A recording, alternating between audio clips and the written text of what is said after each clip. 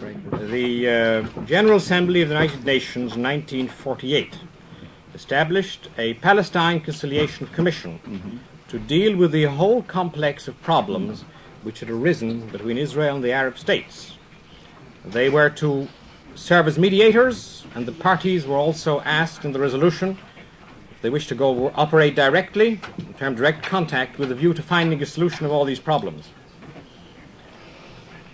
Within the context of this resolution, the refugee problem is referred to. The Commission is supposed to study the possibilities either of repatriation or of resettlement or of compensation, but all this in part of a general context of a peace settlement. The resolution talks of return of refugees as soon as practicable, and it also talks of those refugees who wish to live in peace. This resolution has been dead now since 1948. It has been dead, yes, it has been dead because the Arabs have never announced that they would live in peace with Israel. They refused to negotiate directly. And the PCC, in fact, has been a defunct body for many years now. Now, what is our position on this? The Arab refugee problem, Professor, is one of a whole complex of refugee problems. I believe that since 1940, some 35 million people have been uprooted across the world. Yes. Korea and Vietnam, Germany, Finland. Yeah. Nearly all of these problems either have been solved or are approaching solution. And in no case has the solution been through repatriation, but rather through absorption. Now, what have we said? We have said that we are prepared to pay full compensation. We have said we are prepared to consider a limited repatriation within a framework, reunion of families. But the problem will never move unless the Arab governments are prepared to cooperate in alleviating the suffering of the refugees. And the fact is, our figures, by the way, of the refugees are about 550,000. We have basis to assume that some 160,000 have been absorbed. This is a unique problem. There's no economic difficulty. Money has been voted by the United Nations. There's a promise of the United States government for international loan. There's no social problem because they're living among their people. The Arab living today in a camp in Transjordan, he's not a Pole living in Britain. He's living in his own surroundings, part of the environment of a rising Arab nationalism, religious, cultural, identity of background, and psychological. The problem will never move until the Arab governments are prepared to cooperate in a humanitarian solution. I notice, Professor, that you yourself have criticized the Arab governments. I have, yes. And you have said very rightly, and talking of suffering, referring back to our first part of the conversation, why don't they take them out of this parasitic existence? Why don't they set them up in farms and in villages and in homes? Why keep them there as a political weapon?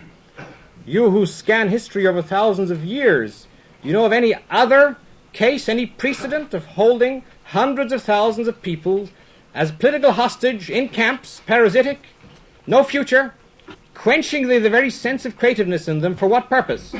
So they can be ready as part of political pawn for some ultimate program to exterminate Israel, God forbid. Is that more? Is that an approach? Have you read the Secretary General of the United Nations, his report last year? He views the solution in terms of economic integration to the area. We will, of course, play our part in it.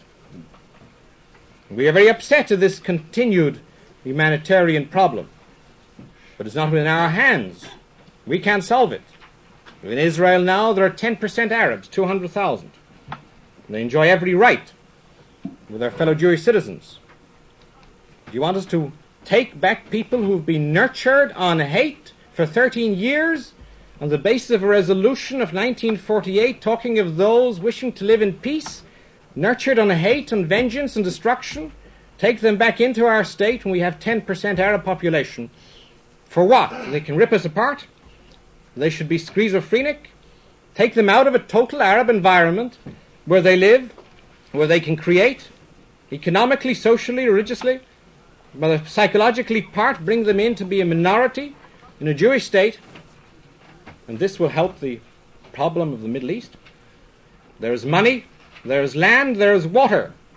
All that is needed is a part of that humanitarian benevolence and sense of duty to which you referred. Professor Toynbee, in 1948, the war of aggression unleashed on us created two refugee problems. One related to some 550,000 Arabs. The other related to some 400,000 Jews and 70,000 Arabs.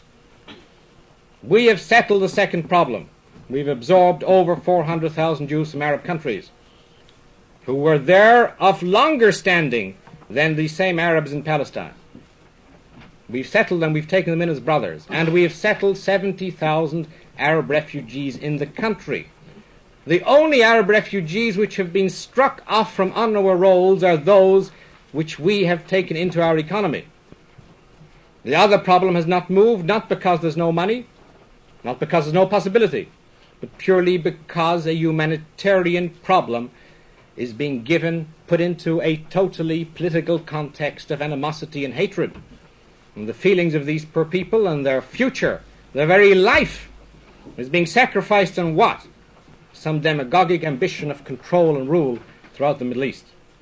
Every international assessment of it, every report, has recommended a movement in the direction of economic integration, of broadening economic possibilities, and we will play our part. There's no question on that. We long to see the problem solved as you do, but it will not be solved by formulas, will not be solved within a context where they refuse to talk to us, will not be solved when these refugees are being prepared to destroy us. Only a few months ago, last month, Professor Toynbee, a representative of the Arab refugees appeared in the United Nations. What did he speak about? The destruction of Israel, the extermination of Israel. He was probably told to do so by a certain government in the Middle East. He said so. So you tell us now, 48 they talked of coming back in peace. Now take them back after 13 years and he says he wants to destroy you. Why not? Let him come in and rip you apart. Please commit suicide, so at least the Arab armies won't have to overwhelm you from without. That, sir, I think in the scan of history you will find no nation has been prepared to do.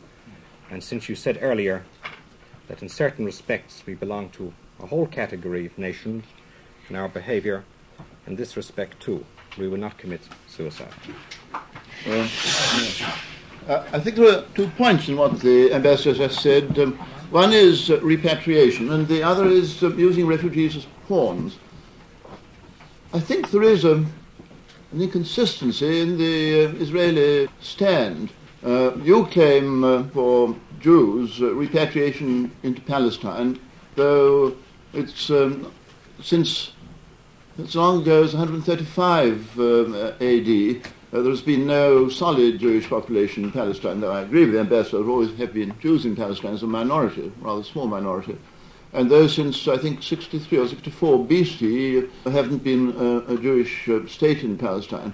And you've claimed repatriation not in the terms of the Balfour Declaration, a Jewish national home, but not a state, but in the extreme form of a state.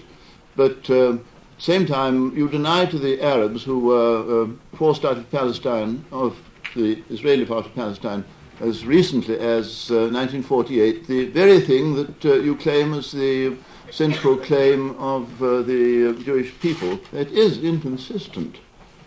Then, using refugees as pawns, I have had opportunities of talking to representatives of the Arab states within the last few years, and by the way, I think the Zionist organization and the Israel government are rather living in a glass house about this question of using refugees as pawns, because I think some pretty telling comparisons could be made between their use of Jewish refugees as pawns and the Arab government's use of Arab refugees as pawns. I think both things are detestable things to do to people in the distress that refugees are in, and I think both Israelis and Zionists and the Arab states have been guilty of this rather disgusting thing to do.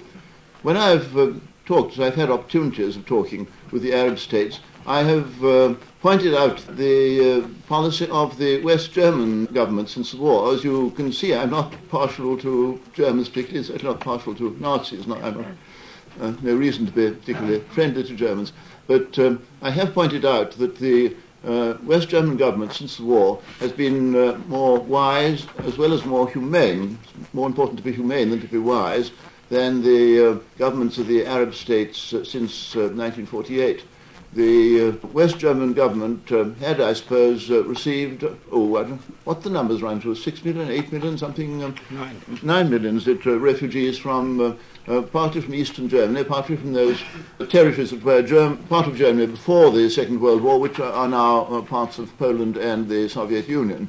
The West German government, as far as I know, has not relinquished its claim to 1 inch of territories that were German east of the present boundary of Western Germany, to German before the Second World War. I'm not going to the question as to whether the German his claims to recover those territories are good or bad. That doesn't really concern us here. But my point is that the West Germans have separated, and this I think they were thoroughly right, the question of claims to territory which the refugees come from, and what to do about the refugees meanwhile. And Western Germany, to her credit, of her heart and her head, has taken the humane and sensible line of absorbing the refugees without renouncing claims to these refugees' homes and territory into her life and into her industry. And one of the reasons why Western Germany is prosperous and powerful now is that she has given these refugees a chance of work and that means a chance of happiness and prosperity. And her voice is powerful among the nations now because of that. And I've said to the Arab states, why don't you do that? You don't have to relinquish the claim of the Palestinian Arabs to Palestine by absorbing them at present into your industry. You'll be in a stronger position to press your claim later. I'm sorry that they don't take this line, which I think it's silly of them politically, but I'm much more concerned with the humanities side. But I do think, as I said, Israel is living in a glass house in drawing attention to this particular side of the Arab states policy, because I think that many things can be said, especially about the time immediately after the end of the World War, about Jewish refugees who were directed for political or not humanitarian reasons to Palestine when they could have had immediate homes and a much better future, I would say, in Australia or in the North American continent. And I think politics were played with the Jewish refugees just as they're being played now with the Arab refugees. I condemn both.